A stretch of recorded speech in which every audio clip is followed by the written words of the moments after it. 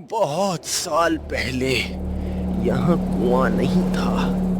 यहाँ एक मंदिर था और उस मंदिर का रक्षक कोई इंसान नहीं, एक तांत्रिक था। उसने अमर होने के लिए 5 मासूम बच्चों की बलि दी, लेकिन उसकी साधना पूरी होने से पहले ही गांव वालों ने उसे जिंदा उसी गड्ढे में दफना दिया। वहीं बाद में ये काला कुआं बनाया गया, लेकिन उस तांत्रिक की आत्मा कभी मरी नहीं। बूढ़ा अचानक चुप हो गया। उसने कांपते हाथ से आरव के गले में लटका त्रिशूल देखा। उसका चेहरा एकदम सफेद पड़ गया। ये त्रिशूल तुझे किसने दिया? मेरी दादी ने। ये सुनते ही बूढ़ा अपनी जगह से खड़ा हो गया। उसकी आंखों में आंसू आ गए।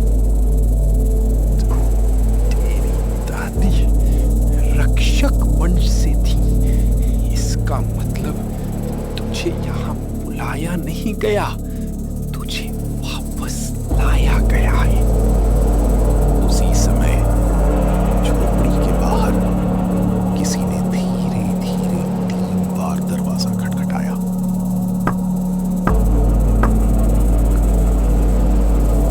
बूढ़े का चेहरा डर से जम गया। दरवाजा मत खोलना, क्योंकि मैं तो यहीं बैठा हूं। फिर बाहर कौन है?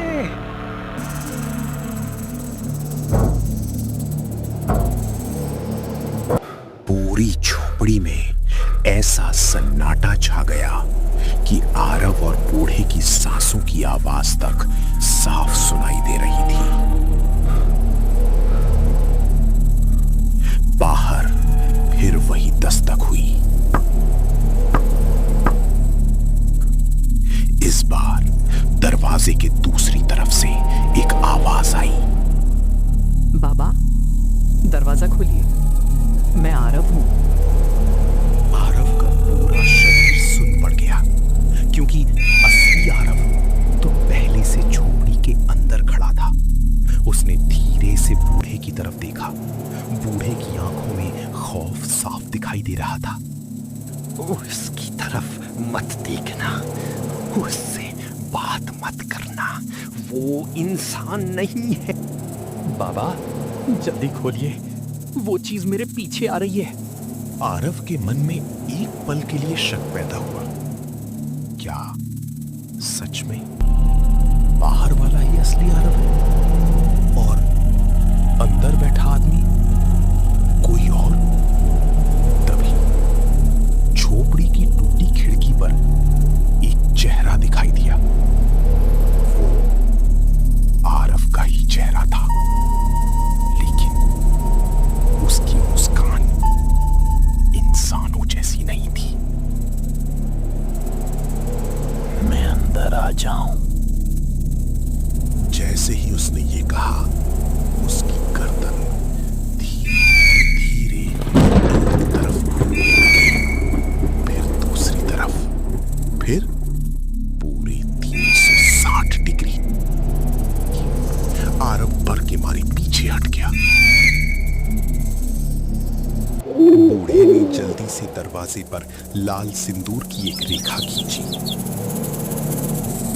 फिर उसने अपनी जेब से एक पुरानी तांबे की चाबी निकाली।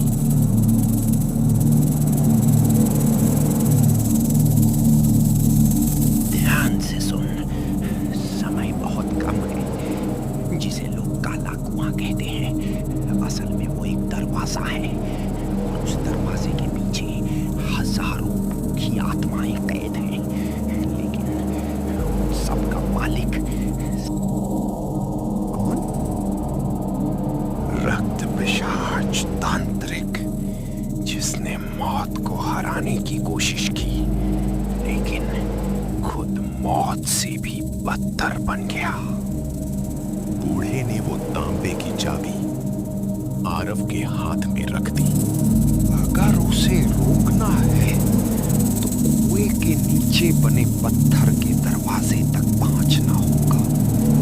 यही चाबी उसे खोल सकती है, लेकिन याद रखना, दरवाजा खोलना आसान है, वापस आना नहीं। अचानक झोपड़ी का दरवाजा जोरदार धमाके से खुल गया। धूल का गुब्बार पूरे कमरे में फैल गया। दरवाजे पर वही नकली आरव खड़ा था, लेकिन अब उसका शरीर इंसान जैसा नहीं था। उसके हाथ जमीन तक लटक रहे थे, आंखों से काला धुआं निकल रहा था और उसके मुंह के अंदर सैकड़ों नुकीले दांत थे। रक्षक का आखिरी खून आखिर मुझे मिल ही गया। उसने बिजली जैसी रफ्तार से बूढ़े पर हमला किया। आरव चिल्लाया, बाबा! बूढ़े ने आरव को जोर से धक्का दिया। भाग, अभी भाग, कुएं तक पहुंच, बाकी मैं संभालता हूं। आरव मजबूरी में भाग पड़ा। पीछे से बूढ़े की दर्दनाक चीख सुनाई दी। उसने पीछे मुड़कर देखा, लेकिन धुएं के अलावा कुछ दिखाई नहीं दिया। आरव दौड़ता हुआ काले कुएं तक पहुंचा, लेकिन आज वो कुआं पहले जैसा नहीं था। उसके चारों तरफ सैकड़ों मोमबत्तियां अपने आप जल रही थीं। जमीन पर लाल रंग से एक विशाल तांत्रिक चक्र बना हुआ था और उस चक्र के बीच 4 लोग घुटनों के बल बैठे थे। उनकी आंखें बंद थीं, जैसे वे किसी के वश में हों। आरव ने उन्हें पहचान लिया।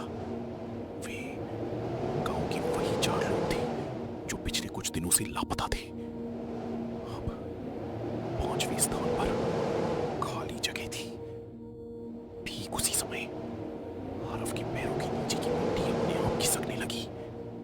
एक अदृश्य ताकत उसे धीरे धीरे उस 5वीं जगह की ओर खींचने लगी। बलि पूरी होने वाली है। आरव ने पूरी ताकत से खुद को रोकने की कोशिश की, लेकिन उसका शरीर अब उसके अपने बस में नहीं था। और तभी कुएं के अंदर से एक विशाल काली आकृति धीरे धीरे बाहर निकलने लगी। पहली बार असली राक्षस जाग चुका था। अमावस्या की काली रात, आसमान में एक भी तारा दिखाई नहीं दे रहा था। काले कुएं के चारों तरफ जल रही मोमबत्तियों की लौ एक एक करके अपने आप बुझने लगी। हवा इतनी ठंडी हो चुकी थी कि आरव की सांसें धुएं की तरह दिखाई देने लगी। और तभी वो आकृति कुएं से बाहर निकली। उसकी ऊंचाई लगभग 12 फुट थी। पूरे शरीर पर काले धुएं जैसी परत, लाल जलती हुई आंखें। 300 साल मैंने इसी रात का इंतजार किया है। तू आखिर है कौन? मैं राक्षस नहीं, मैं वही तांत्रिक हूं जिसे इंसानों ने मौत दी, लेकिन जिसे मौत भी मार नहीं सकी। राक्षस ने अपना हाथ उठाया। अचानक चारों लापता ग्रामीण हवा में उठ गए। उनकी आत्माएं धीरे धीरे उनके शरीर से निकलने लगी। अब सिर्फ एक आत्मा और चाहिए थी, आरव की। उसी समय आरव के गले में लटका त्रिशूल तेज रोशनी से चमकने लगा। उस रोशनी के बीच एक धुंधली आकृति दिखाई दी।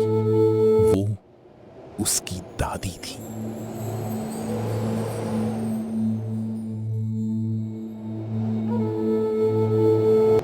आरव, डर मत। आज तुझे पता चलेगा कि तू यहाँ क्यों आया है। दादी, आप? हमारा परिवार सदियों से इस कुएं का रक्षक रहा है। मैंने तुझे कभी सच नहीं बताया क्योंकि समय नहीं आया था, लेकिन आज अगर तू हार गया तो ये राक्षस पूरी दुनिया में फैल जाएगा। दादी की आत्मा धीरे धीरे गायब होने लगी। जाने से पहले उन्होंने सिर्फ एक बात कही। तांबे की चाबी, पत्थर का दरवाजा और उसका असली नाम याद रख। आरव बिना देर किए सीधे कुएं के अंदर कूद गया, लेकिन वो पानी में नहीं गिरा। वो एक विशाल पत्थरों से बनी सुरंग में पहुंचा। दीवारों पर हजारों नाम खुदे हुए थे, हर नाम एक ऐसे इंसान का जो कभी इस कुएं में गायब हुआ था। सुरंग के अंत में वही विशाल पत्थर का दरवाजा था। दरवाजे के बीच तांबे की ताली का निशान बना हुआ था। आरव ने कांपते हाथों से चाबी ताले में लगाई। खटाक, दरवाजा खुल गया। दरवाजे के पीछे सोना नहीं था, कोई खजाना नहीं था, बल्कि एक प्राचीन दर्पण रखा था। उस दर्पण पर लिखा था, जो अपने असली रूप से भागता है वही राक्षस बनता है। तभी राक्षस की गूंजती हुई आवाज पूरी सुरंग में फैल गई।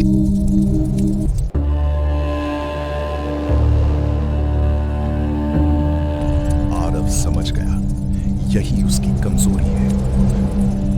उसने दर्पण उठाया और राक्षस की तरफ कर दिया। पहली बार राक्षस ने अपना असली चेहरा देखा।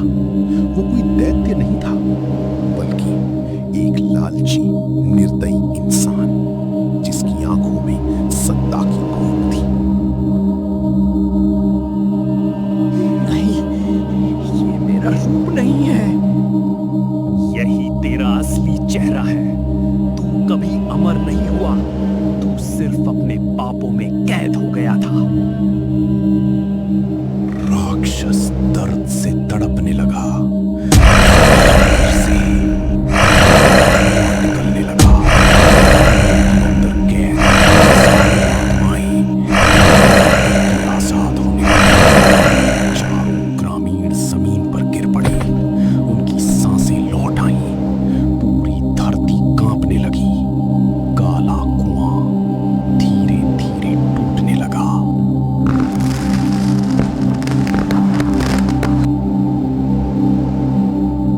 आरव, अब निकल जा। दरवाजा हमेशा के लिए बंद होने वाला है। आरव पूरी ताकत से भागा। जैसे ही वो बाहर पहुंचा, पूरा कुआं जोरदार धमाके के साथ अंदर धंस गया। चारों तरफ धूल ही धूल फैल गई। कुछ मिनट बाद सब कुछ शांत हो गया। जहां कभी काला कुआं था, वहां अब सिर्फ समतल जमीन थी।